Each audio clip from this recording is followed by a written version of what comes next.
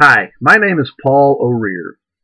When my daughter Ashley was 9 years old, she was diagnosed with a malignant brain tumor. She underwent about a year and a half of grueling radiation and chemotherapy treatments, and at the end it looked like she had beaten her cancer. In fact, she was cancer-free for about 3 years or so. Then in the fall of 2001, Ashley began to exhibit some symptoms that concerned us. So my wife and I took her to the hospital just to have some tests run to see what was causing those symptoms. Well, the next day we got a call from the hospital and we learned that Ashley's cancer had returned. This second time around it was much more aggressive than the first time, and about 2.5 months later, Ashley died. She was 14 years old. You know, I thought I knew a lot about grief. I had heard all about the different stages of grief, the various emotional experiences that a person would go through as they grieved the loss of a loved one. I thought I understood something of the nature of grief in terms of how long it lasts, how long it should take a person to get over it and get on with their life. But I learned pretty quickly that my own grief journey was not following the classic pattern of grief that I was expecting. In fact, my wife Susan and I completely missed one or two of those stages of grief that you're supposed to go through. And we almost felt guilty about that. And so I began to sort of reassemble from scratch my picture of how grief works, or at least how it works for me. And along the way, I discovered some very important and completely unexpected truths about grief. For example, I don't believe that a heart broken by grief can be fixed. I don't think it's possible to get over it when someone you love dies. And yet that's exactly what is often expected of a grieving person, to get over it and get on with your life. I also believe that every person's grief journey is completely their own and doesn't have to fit some universal formula. In fact, while there may be some similarities between, say, your grief journey and mine, I don't believe that there is any such thing as a universal, one-size-fits-all formula that every person's grief experience conforms to.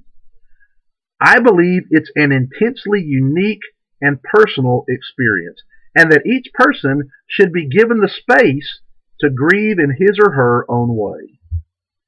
And so I have spent the last 10 plus years writing down the things that I have learned from my grief journey. I've compiled these writings into a book that I've entitled Living with a Broken Heart. The whole concept of the book is that even though broken hearts cannot be fixed, it is possible to once again laugh and love and even live with a broken heart. That life can once again be full and complete, and you can even be happy, even with a broken heart. And I want to get that message out to as many people as I possibly can, so that they will have at least one person telling them that it's okay if you don't go through all of those stages of grief in the right order. That it's okay if it's been 3 or 5 or even 10 years and your heart still hurts and there's still an emptiness inside of you. That's okay. I want to encourage people who are grieving. And I really think that my book can do that. So here's why I've started this Indiegogo campaign. I've decided that I'm not going to pursue traditional publishing for my book. There's just too many hoops that you have to jump through to get a literary agent to even give you the time of day and actually take a look at your manuscript. I've heard a top executive in the publishing industry make the statement that even a great manuscript isn't enough to get your book published. And even if the publishing gods did smile down on me, it could still take up to a year or longer for the book to actually get into people's hands after it goes through that lengthy publishing process. And so I'm not going to go that route. Another option would be self-publishing, where you pay some company several $1,000s to basically get your book ready to be printed, and then it's still up to you, the author, to do most of the marketing yourself. And so I've decided not to go that route either. Now, don't get me wrong. Traditional publishing is a well-established and valuable industry, and for a lot of authors, it's the right way to go. And someday I might even pursue traditional publishing for this book or some future book, but not right now.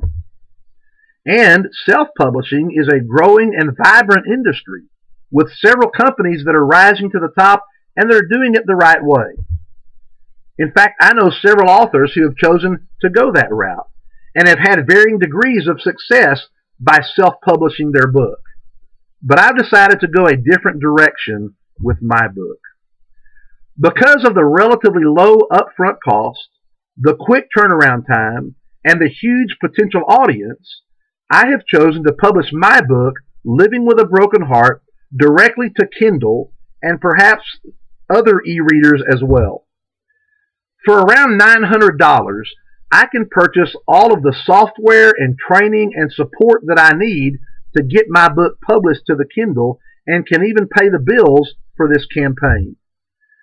I can get my existing manuscript formatted for Kindle and available for download from Amazon.com in just a few weekends.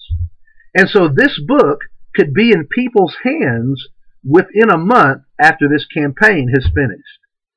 I'm excited about the potential that this book has to help people who are grieving, and to help people who know someone who's grieving and they want to know what they can do to help their friend, because this book is for them as well. Thank you for taking the time to check out this project. I really hope that you'll jump on board and help me make this happen. Thank you, and God bless you.